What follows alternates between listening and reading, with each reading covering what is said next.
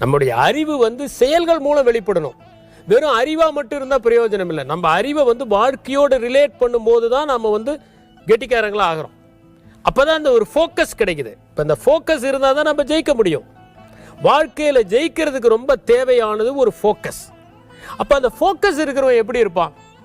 எவ்வளவு எதிர்ப்பு வந்தாலும் அவன் கவலைப்பட மாட்டான். எவ்வளவு துன்பம் வந்தாலும் அவன் அசர மாட்டான். அவன் தான் ஜெயிக்க முடியும்.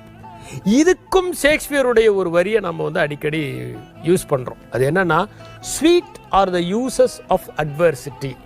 சாதகமற்ற சூழல் கூட நமக்கு இனிமையானது அப்படிங்கிறது அதனுடைய பொருள்.